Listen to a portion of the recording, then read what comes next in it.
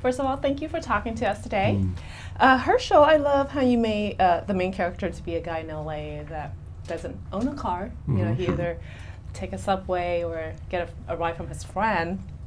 As an LA girl, I find that very unusual, but was wondering what made you decide to, you know, have the character do that? Well, that's a good question. That's a great question. The original version of the screenplay was actually set in New York. That's what I thought. And in adapting it for LA many moons later, I decided, you know, the dependence on public transportation in New York, you know, everyone sort of has. But in LA, it's, you know, there are a lot of people who do, but the greater populace doesn't. And I thought it would be a really cool character trait for this guy to be taking public transportation and using the subways and the buses and taxis to get around. And it also factors into sort of his, you know, as a character, he's a transplant. And it worked well for his character because he sort of equates buying a car with actually committing to Los Angeles long term. And it's really sort of a metaphor for his relationship. Exactly. Chad, do guys do that? Like if they decide not to own something because they don't want to commit to something just because, you know, it scares the heck out of them? What Herschel just explained? You know, I don't know. I haven't necessarily been in that scenario enough, but I do have one buddy of mine who I guess wouldn't commit to a home due to the fact that, you know, he just doesn't want to be married to his home. So he stayed in an apartment because he can be transient, he can travel, he can do this and do that, and then just come back and it's locked up instead of having the maintenance and having the responsibility of a home. I think that there's some truth to that, but that goes for everybody. Well, in this film, Chad, your character is such a ladies' man. Early in the movie, he claims that finding the one is a false concept. So do you think that he really, really believes that, or is it just an excuse for him not to be committed? That was one of the decisions that I had to make when reading the script. Was I loved how carefree he was and how he had no governance, said what was on his mind. But I wanted to decide why.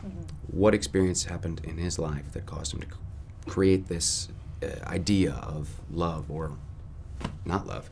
And the conclusion that I came to is that Jay just hasn't found it. He hasn't met the right woman that just tugged on those heartstrings. And I think that probably rings true for a lot of people who necessarily maybe have this idea in their head, is that he hasn't met the right woman. And when he does, everything will change for him. And it will become he'll become a one-woman man, and he won't sleep around. Let's just he'll be completely conformed, and he'll be wearing, you know, polos and button-ups and having a clean home and watching his mouth. And that's what I believe to be true.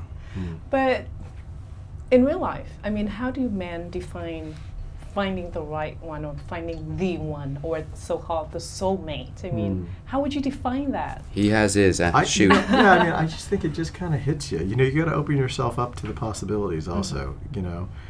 Chad's pointed out before that, you know, living in Los Angeles, everyone's very career-driven and focused, and, you know, you bring your job home with you a lot, and people aren't as focused on, you know, finding that special someone in their lives. So you have to really just first, I think, open yourself up to the possibility that there is someone out there who you know, who sees the world the same way as you.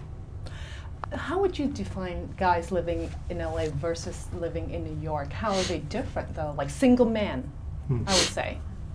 I don't necessarily know. I think that location, East Coast, West Coast.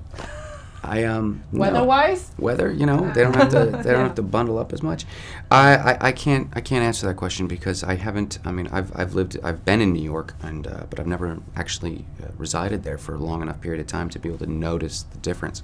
I just know that, you know, when you come to a specific place like Los Angeles, when you migrate here for work and that's your drive, obviously you have a lot of drive, and your career becomes something that you are married to. And so to find love and to intermix that and to make the compromises that you need to make in order to have both, I think that that's where it becomes a little tough. And how would you say, you know, the dating world in our current days versus 5 to 10 years ago for you both? Do you find it more difficult to find the right one just because everyone is so career-oriented living in LA? Well, for me, it's tough to answer that because I'm married, and I've been married for 12 years. And happily married? Happily married. Yeah. His wife's wonderful. But I can speak, you know, a lot of my friends are, you know, they've been very unsuccessful. And I think for pretty much the same reason that I sort of highlighted before, in the idea that they've been so work obsessed. They just haven't, it becomes relationships are something that have to be very easy, How about you, Chad? Are you work obsessed? Easily married to your work? I don't know. I mean, I think I strive. I want both. Eventually, I'd love to have a family and a lot of wonderful things. But the work goes home with you as an actor, and it really does. It consumes a lot of your time, and depending on the role, you bring that energy home with you, and people around you kind of go, "Oh, dude, why are you in such a funky mood?" And it's not that you're in a funky mood; you're just carrying certain traits that your character trait does, and you're not doing it on purpose. It's completely subconscious, but you're just living in a specific mode. Yeah. So I think that, yeah, it's tough. It's tough, but you have to find that person that is completely compatible and understands you and loves you for you. Great job. Thank you so much.